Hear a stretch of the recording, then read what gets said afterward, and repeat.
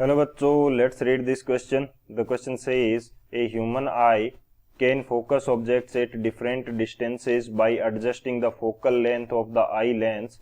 This is due to option first far sightedness, option second near sightedness, option third power of accommodation and option fourth persistence of vision. इस question के अंदर हमें बोल रखा है कि ह्यूमन आई जो होती है वो जो फार ऑब्जेक्ट्स हैं उनको भी क्लियर देख लेती है और जो नियर ऑब्जेक्ट्स हैं उनको भी क्लियर देख लेती है. तो इस जो ये कंडीशन है इसको हम क्या बोलते हैं या ये किसके कारण पॉसिबल है. तो बात करते हैं हम लोग की कंसेप्ट की. तो की कंसेप्ट की यदि बात की जाए, की कंसेप्ट तो ये हमारे पास क्या रहेगा, हम यहाँ पे डिस्कस करेंगे अकोमोडेशन पावर के बारे में कि अकोमोडेशन पावर हमारे पास क्या होती है.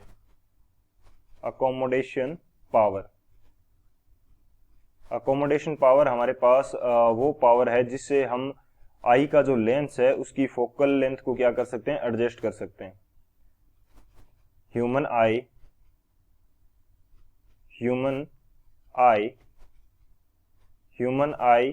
Can adjust focal length of eye lens to see objects clearly. तो इस पावर को हम क्या बोलते हैं, पावर ऑफ अकोमोडेशन बोलते हैं. हमारा लेंस जो होता है वो मसल से कनेक्टेड होता है. आई लेंस क्या होता है, आई लेंस जो है कनेक्टेड होता है किससे, मसल से,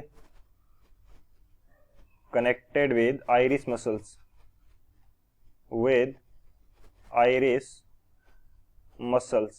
और इन मसल्स की हेल्प से हम क्या कर सकते हैं कि फोकल लेंथ जो होती है उसको एडजस्ट कर लेते हैं. इसको हम बोलते हैं अकोमोडेशन पावर.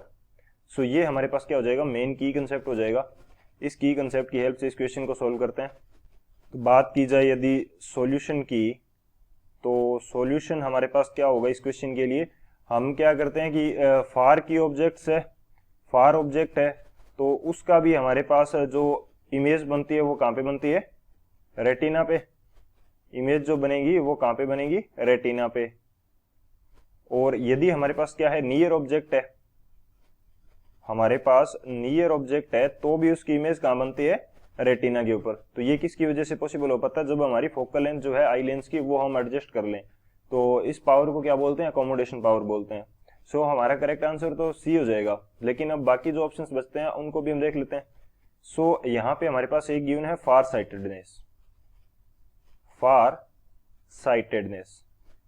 साइटेडनेस क्या होती है, बेसिकली ये हमारे पास एक टाइप का डिसऑर्डर है. फार साइटेडनेस या डिजीज कंडीशन है आई विजन की. इसके अंदर हमारे पास जो फार ऑब्जेक्ट्स हैं या फार ऑब्जेक्ट्स के लिए जो विजन होता है वो क्या होता है, क्लियर होता है. फार ऑब्जेक्ट्स के लिए जो विजन है वो क्लियर है. और नियर जो ऑब्जेक्ट्स हैं, नियर ऑब्जेक्ट्स या कह सकते हैं कि जो नियर विजन है वो कैसा दिखाई देता है, ब्लर दिखाई देता है. यानी कि पास की जो वस्तुएं हैं वो हमें क्लियर दिखाई नहीं देती और दूर की जो वस्तुएं हैं वो हमें क्लियर दिखाई देंगी. इसको आप बोलते हैं फार साइटेडनेस, या फिर इसको हम क्या बोलते हैं, हाइपरमेट्रोपिया. इसका दूसरा नाम भी यदि यूज करें तो ये हमारे पास होता है हाइपरमेट्रोपिया. इसी तरह से यदि मैं बात करूं नियर साइटेडनेस की, नियर साइटेडनेस हमारे पास क्या होती है, नियर साइटेडनेस. इसके अंदर हमारे पास नियर जो विजन होता है या पास का जो विजन होगा, नियर विजन जो होगा वो हमारे पास क्या है, क्लियर है. और यहाँ पे जो फार की जो ऑब्जेक्ट्स हैं या फार का जो विजन है वो हमारे पास क्या रहता है, ब्लर रहता है. फार का जो विजन है वो ब्लर रहता है. और इसको अब नियर साइटेडनेस को हम क्या बोलते हैं, मायोपिया भी बोलते हैं. इसको मायोपिया भी हम बोलते हैं. तो ये भी हमारे पास एक टाइप का डिसऑर्डर हो जाएगा.